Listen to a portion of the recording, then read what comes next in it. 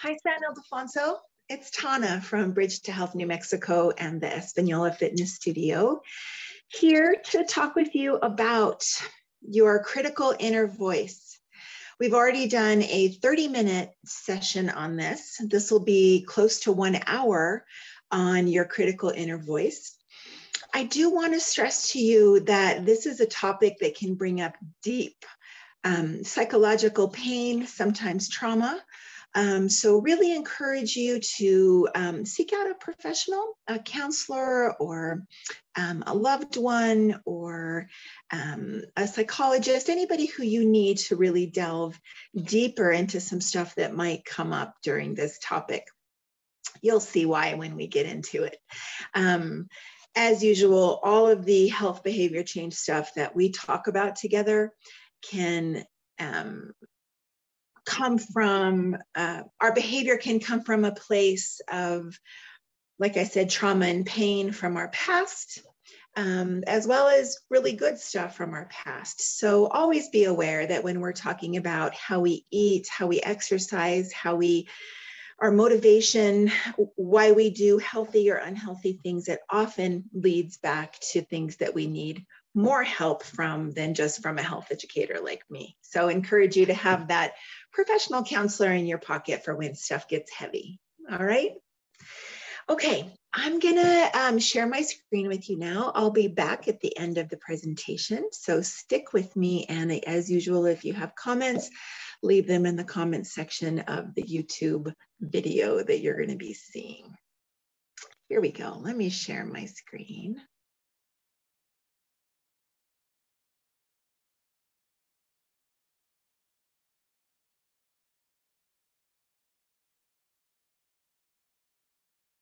Oops.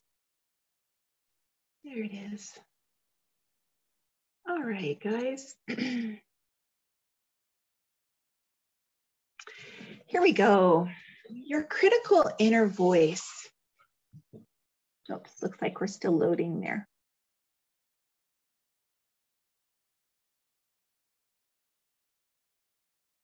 There we go. Your critical inner voice. This might be a topic that some of you are already quite familiar with, or it might be a new concept for you. So I just want you to take a moment before we get into verbal descriptions of what it is and look at these pictures, and you'll get a good idea for what your critical inner voice is. I'll be silent and give you a moment.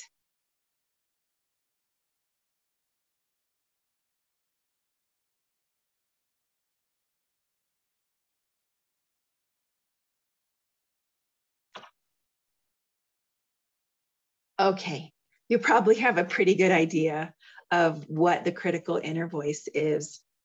But officially, your critical inner voice is the critical voice that creates a pattern of destructive thoughts toward ourselves and towards other people. It's a nagging voice or thoughts that make up an internal dialogue, a dialogue inside of us that's at the root of much of our self-destructive behavior. So the behavior that's not good, we ask ourselves, why am I doing that? Some of that can be that nagging voice that's telling you to do it. I want to stress that the critical inner voice is not an auditory hallucination. That means it's not the same as hearing voices in your head, like somebody who's struggling with schizophrenia or other mental health illnesses that make you hear voices. It's different from that. Your critical inner voice is experienced more as a thought within your head than actually hearing a voice, even though we're going to talk about that voice usually does have a tone and has a sound of somebody in your past. But I want to tell you, it's not an auditory hallucination. This stream of destructive thoughts forms an anti-self that discourages individuals from acting in their best interest. I want to say that again. These thoughts are against you. and they discourage you from being your best self. So you can see why it's so important that we figure out how to quiet them. Okay, question number 2. How does the critical inner voice affect us? It's an internal enemy inside of us that can affect every aspect of our lives, including our self-esteem and confidence, our personal and intimate relationships, and our performance and accomplishments at school and work. These negative thoughts affect us by undermining our positive feelings about ourselves and others and fostering self-criticism, inwardness, seclusion, distrust, self-denial, addictions, and a retreat from doing things that make us feel good. It's pretty bad, right? You would agree with that. What are some examples of common critical inner voices? This might sound familiar to you, or maybe yours are totally different. Some common voices include thoughts like, you're stupid, you're not attractive, you're not like other people, you're different. Some people hear voices about their career like, you'll never be successful. No one appreciates how hard you work, or you're under too much pressure. You can't handle this stress. Many people hear voices about their personal relationships, such as, he doesn't really care about you. You're better off on your own. Or don't make yourself vulnerable. You're just going to get hurt. Does that sound familiar to you? What about one I hear in my work a lot, and that is, I always fail. I always get off my healthy eating plan. I always get off my plan to exercise. I always end up going back. That's a critical inner voice. Where do these voices come from? Your critical inner voice usually comes from early life experiences that you've internalized and taken in as ways that we think about ourselves. Often, many of the negative voices come from our parents or primary caregivers. As children, we pick up on the negative attitudes that our parents not only have about us, but also towards themselves. Our voices can also come from interactions with peers or friends, with siblings, from coaches, from teachers, from neighbors, from leaders in our religious faith. It can come from so many different places, but most often it's a parent, a sibling, or a friend.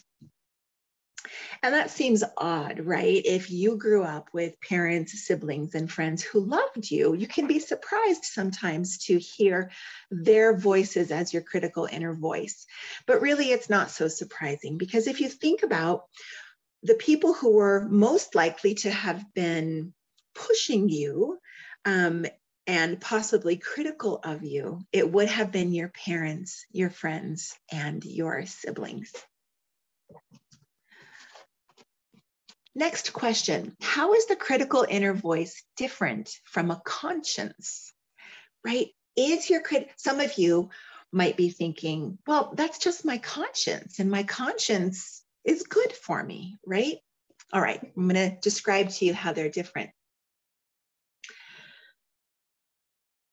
Many people think that if they stop listening to their critical inner voice, they will lose touch with their consciousness. Their conscience, excuse me, not consciousness, don't pass out. However, your critical inner voice is not a trustworthy moral guide like a conscience. The opposite is true. The critical inner voice is degrading and punishing, and often leads us to make unhealthy decisions. The negative voices tend to increase our feelings of self-hatred without motivating us to change undesirable qualities or act in a constructive manner. Okay, so your conscience is something that makes you act better. Your conscience is something that makes you feel badly when you don't reach your potential. But your critical inner voice puts you down from the beginning. It degrades you, it derails your plans for a healthy behavior. So really, it's the opposite of your conscience. Next question is the big one that we're going to spend most of the hour on today, which is good news, because you can quiet or conquer your critical inner voice. But how to? Here's a little preface to how to before I take you into lots of good exercises to how to quiet it. In order to take power over this destructive thought process of your critical inner voice, you must first become conscious of what your inner voice is telling you so you can stop it from ruining your life. To identify what the voice is telling you, it is helpful to pay attention to when you suddenly slip into a bad mood or become upset. Often, these negative shifts in emotion are a result of a critical inner voice. Once you identify the thought process and pinpoint the negative actions it is advocating, you can take control over your inner voice by consciously deciding not to listen. Instead, you can listen to the actions that are in your best interest. So we're going to take you through exercises in a moment, but the first step to conquering your critical inner voice is to listen to what it's saying. Learn to recognize it for the enemy that it is.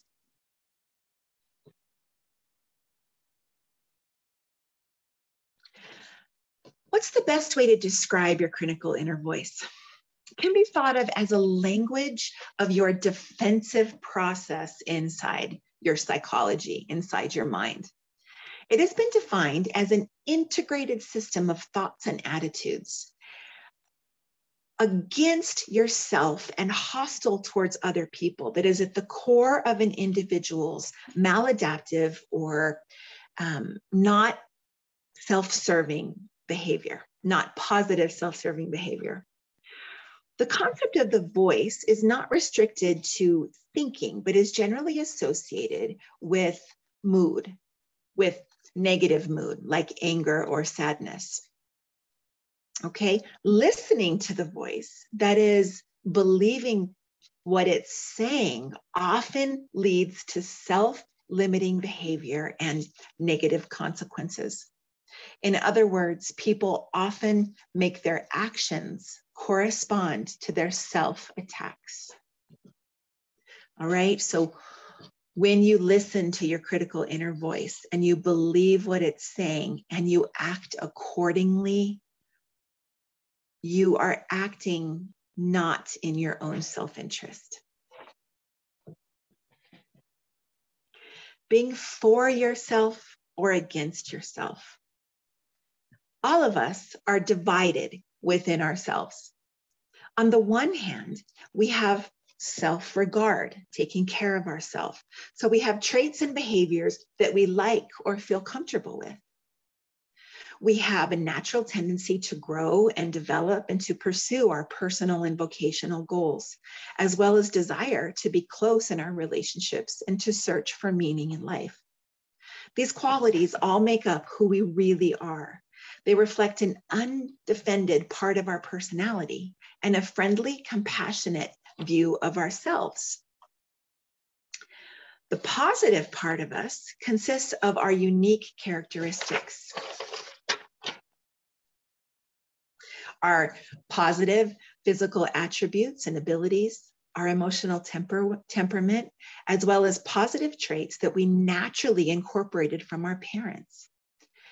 This positive part first develops and grows as a result of our parents and other concerned adults nurturing qualities and behaviors and the love and care they direct toward us. Then it is further influenced by what we learn, what we enjoy, and the experiences that that facilitate our personal growth. The against ourselves part, though, is our critical inner voice, and that is the part of us that has turned against ourselves. It is the defended negative side of our personality that is opposed to our ongoing development. The voice consists of the negative thoughts, beliefs, and attitudes that oppose our best interests and diminish our self-esteem. It encourages and strongly influences self-defeating and self-destructive behavior. These hostile, judgmental advisor voices also warn us about other people, making us paranoid, promoting angry and cynical attitudes towards others, and creating a negative, pessimistic picture of the world. The critical inner voice exists to varying degrees in every person, which that's important to know. It's not just you. Everybody has them. People have learned to quiet and control them to different levels, but it's important to know that everybody has them. It undermines our ability to interpret events realistically. It triggers bad moods and sabotages our pursuit of satisfaction and meaning in life. These destructive internalized thoughts lead to a sense of alienation, a feeling of being removed from ourselves and distant from those we love. The critical inner voice is not a hallucination. It is experienced as thoughts within our head. If we listen to its destructive point of view and believe what it is telling us, then we will fail to challenge it, and instead we will act on it. Acting on your critical inner voice has a seriously negative consequence on your life. Although most of us are conscious of at least some aspects of our critical inner voice, many of our negative thoughts exist on an unconscious level. Sometimes we may recognize what our critical inner voice is telling us, while at other times we may be unclear about our negative thinking and simply accept it as true. We are often unaware of the destructive impact that these thoughts are having on our emotions, actions, and the overall quality of our life. So our last question here on this slide is, actually, it's not a question, it's a statement. Challenge it. You have to challenge your critical inner voice. You can take power over your critical inner voice. When you become conscious of what it is telling you, then you can stop it from ruining your life by following actions that the thoughts are telling you. The challenge is to identify and flush out this internal covert operation. I love that. Think of it as a covert operation sabotaging your life inside yourself. In order to challenge it, you should be on the lookout for when you slip into a bad mood or become upset. You need to investigate what caused the shift, what happened, and most importantly, what did you start telling yourself after the event? What were the words that you heard in your head that put you in a bad mood? The fact that your mood shifted from feeling optimistic or relaxed to feeling down or irritable is probably a sign that you are interpreting the event through your critical inner voice. After you've identified your critical inner voice, listen to what it is trying to get you to do. What action is the voice suggesting that you take? When you pinpoint the actions it is advocating, that is the point that you can take control over your critical inner voice by not doing the actions it's telling you to. You can consciously decide to take action against what it's telling you, therefore acting in your own interest. You have to stay on the right side of yourself and not listen to your critical inner voice. The balance between our two different sides is delicate, and it can be easily tipped one way or the other. However, we don't need to be the victims of our moods as they tip back and forth between our positive and negative feelings about ourselves. By identifying the critical inner voice and the role it plays in supporting our negative self-image, we can take action against it and significantly change our lives. We can reject attitudes that oppose our best interests and diminish our self-esteem. We can stop self-defeating and self-destructive behavior. We can tolerate angry, cynical attitudes towards others. We cannot tolerate angry, cynical attitudes toward others that turn us against other people. If you emancipate or free yourself from your critical inner voice, then you will be free to engage in your pursuit of satisfaction and meaning in life. You will feel at peace with yourself and closer to those you love. You can enjoy a compassionate view of the world and an optimistic outlook on your personal life. So, how the heck do we do it, right? All right. Remember, the voice in your head is not real. It's just thoughts. It's just thoughts. We all have thoughts throughout the day that we don't act on. Your critical inner voice is the same thing. It's not the truth. It's just thoughts. You can choose what to do with those thoughts. You have control. You don't have to obey them. You don't have to believe the thoughts. I'm going to teach you an exercise in a moment to listen to what the thoughts are and to realize how crazy they are. You don't have to believe them. And as a matter of fact, it's crucial that you don't believe or obey them. You have the choice. These thoughts are not who you are. They are just thoughts. If you have a thought that you are the president, do you believe it? Are you the president? No. It is possible to not believe or obey your thoughts. For example, have you ever had a mean thought, wishing something bad would happen to someone? Maybe after a breakup or after somebody hurts somebody who you love. Then after you have that thought, then you feel awful for having had the thought. But hopefully you didn't choose to act on it. So there's nothing really bad to feel about, right? You didn't act on it. A good example of this is Albus Dumbledore from the Harry Potter series. He says, "It is our choices, Harry, that show what we truly are. It's our actions, not our thoughts." Okay, how to quiet that thought? Number one, you need to learn to recognize it. So you may recognize that thought when you realize that you feel like you felt when you were a child. You suddenly feel very young and you feel the same way that you felt when you were a child. That's a sign that your critical inner voice is too loud. Second, you can learn to recognize it when you hear a specific person's voice in your head. Again, that might be a mom, a dad, a brother, a sister, a coach, a teacher, a friend who was exceptionally critical of you. Or you may recognize that voice when you hear the voice telling you things that are simply not true. They are contradictory to reality. They're not true. So I want you to look at those three things again. You learn to recognize your inner voice. Number one, if you feel like you did when you were a child. Number two, you hear a specific person's voice in your head.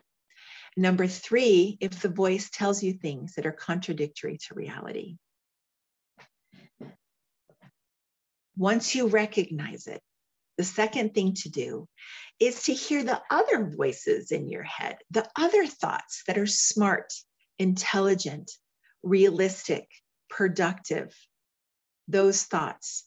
Listen to those thoughts.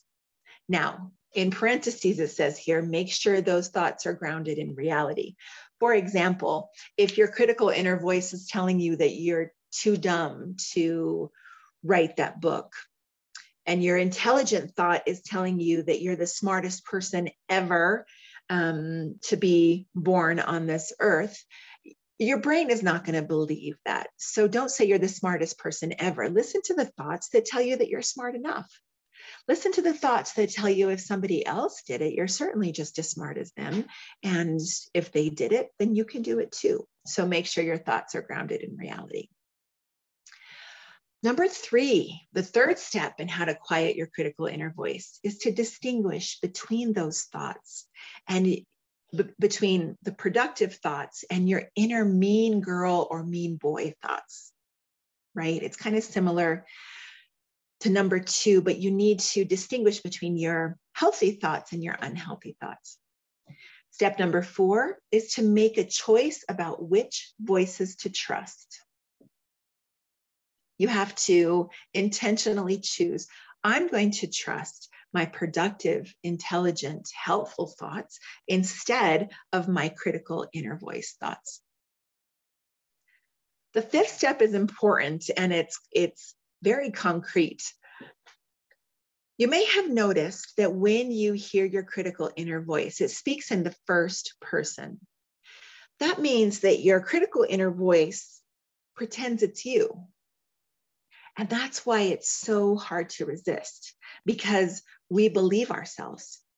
So your critical inner voice is going to say, I'm too stupid to write that book. I'm too ugly to wear those clothes.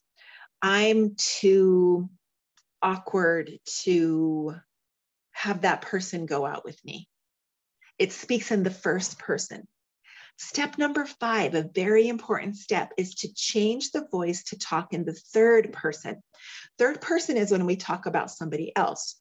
So to use those examples I just used, it would be, you're too stupid to write that book.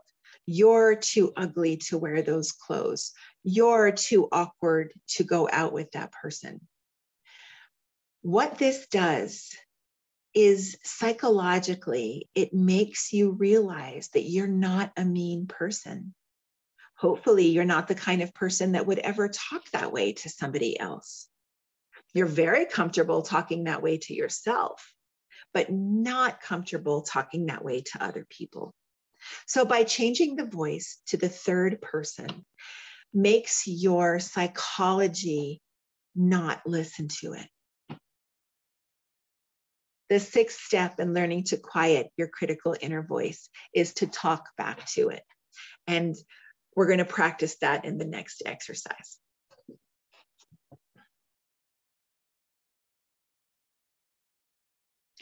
Okay, for this exercise, I'm going to give you a moment to physically stand up and get yourself 3 chairs. And I want you to put those chairs next to each other in the room. I'll give you a moment.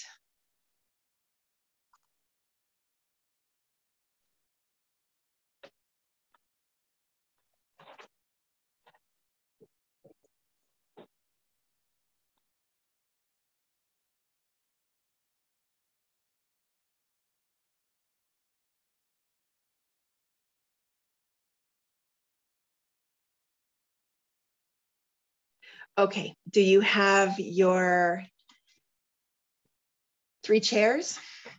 Now I want you to get 3 pieces of paper and a pen, pencil, or marker. I'll give you a moment.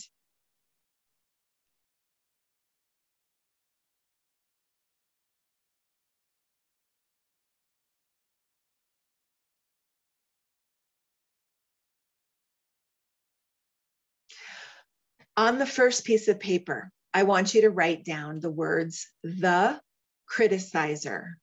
That's CRITICIZER if you're not a great speller. Put that piece of paper on that chair. You can put it with a piece of tape on the back, or just put it under the chair or next to the chair or on the seat. The second piece of paper, I want you to write the criticized. CRITICIZED.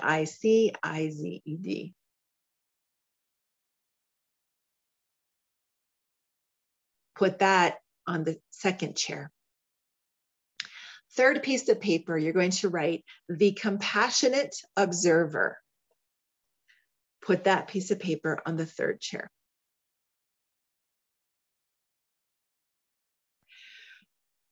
Now I'm going to walk you through an exercise, and it's really important to physically do this exercise. First, I want you to sit down in the chair that's titled the criticizer. Sit down. Close your eyes. Bring up a situation where you often hear your critical inner voice. I want you to Listen to the words that the critical inner voice is telling you.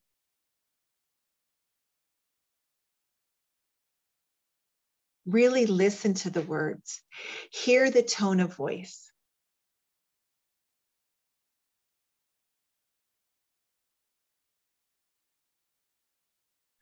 Notice how your body feels as the criticizer.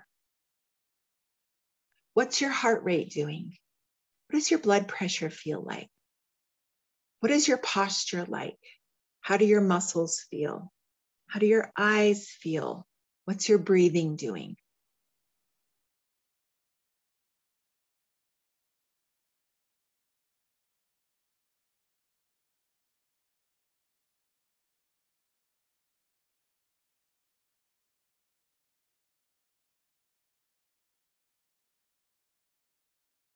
Now, slowly open your eyes, stand up, and you are no longer the criticizer now. Move to the chair titled The Criticized. Sit down in that chair. Now, you are the one being bullied, being criticized. You are now the victim. I want you to notice how you feel. Feel your heart rate, your blood pressure. Notice other thoughts in your head as you hear the criticizer. Notice your posture. Feel your muscles. Feel your eyes. Feel your mood.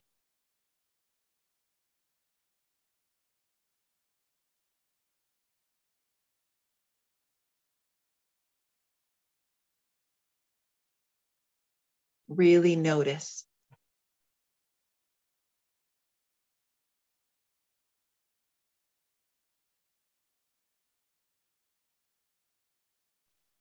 Slowly open your eyes, stand up, and walk to the chair titled The Compassionate Observer.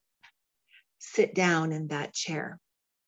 You are now a third party to the interaction between the criticizer and the criticized. You are watching the bullying of the victim. You are compassionate to both the criticizer or the bully and the criticized or the victim. You are compassionate to both. As the compassionate observer, I first want you to turn and talk to the criticizer. I want you to ask them why they are saying those words. Listen to what they say.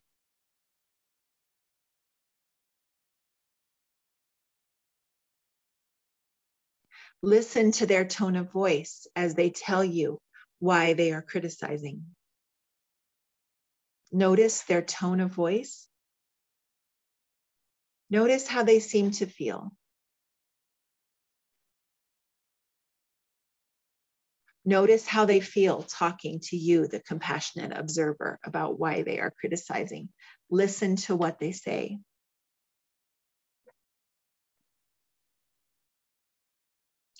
Now, turn your attention to the criticized or the victim in this interaction. Ask them how they feel. Ask them why they felt that way.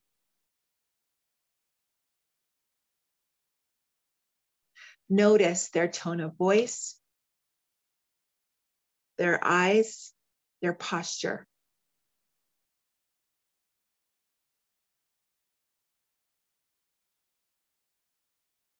Listen and be compassionate.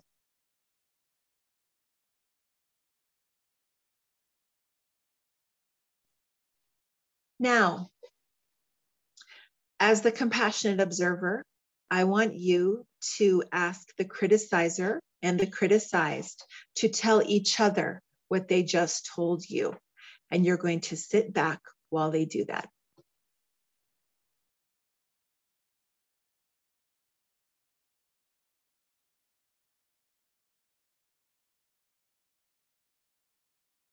Listen to what they're saying.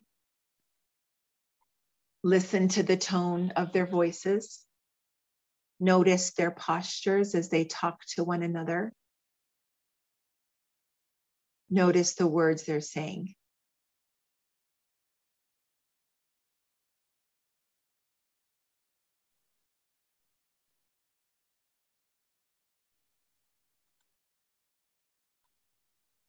Now, okay, I'm going to come back for a moment and stop sharing my screen.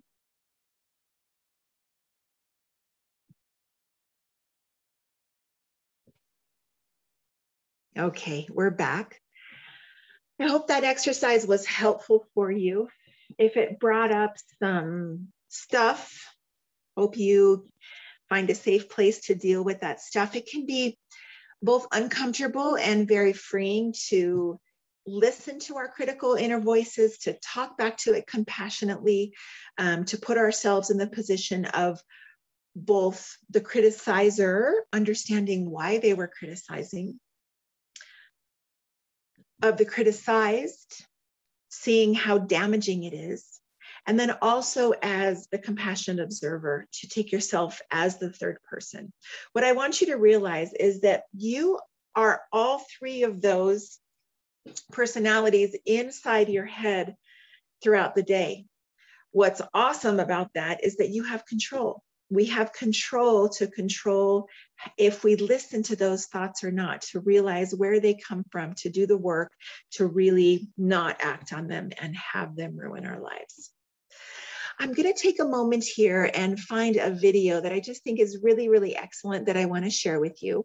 So give me just a moment to find it. This is another really good way to understand your critical inner voice. I want to share it with you if I can find it here. Where is it? It's going to be here. Okay. If we were in the same room together, this wouldn't be as awkward, me searching for somebody. I mean, for something here. Okay, looks like I'm in the wrong drive. Let me get into another one.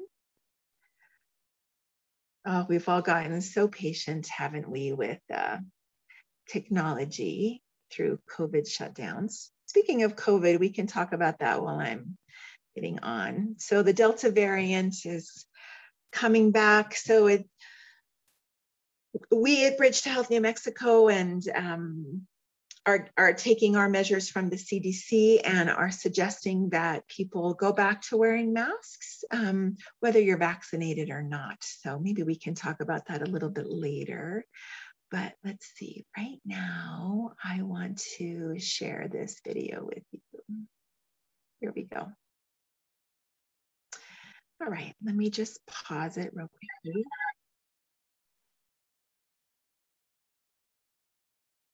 All right, I'm going to go back to screen share. I'll come back when this is over. We're going to have to go through the ads, but that's okay.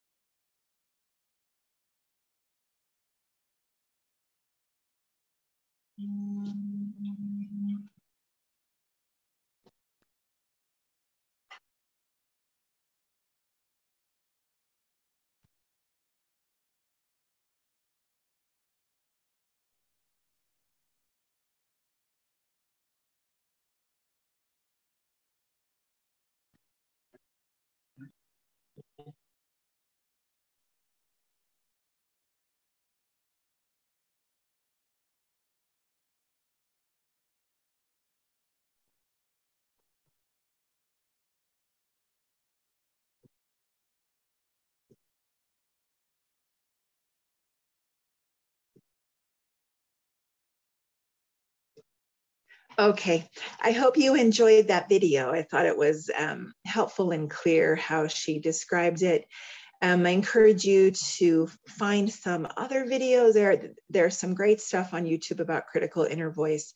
But remember, the keys are to learn to recognize it, to get my slide up, to learn to recognize it, to listen to your healthier thoughts that are intelligent, productive, and realistic, to learn to distinguish between your critical inner voice and your intelligent, productive thoughts, to make a choice about which one to believe, to change the voice to talk in the third person, and then to talk back to it as a compassionate observer. All right, hope you enjoyed this presentation. I will see you guys Monday for some kind of fitness class. I'll see you then. Have a great week. Bye-bye.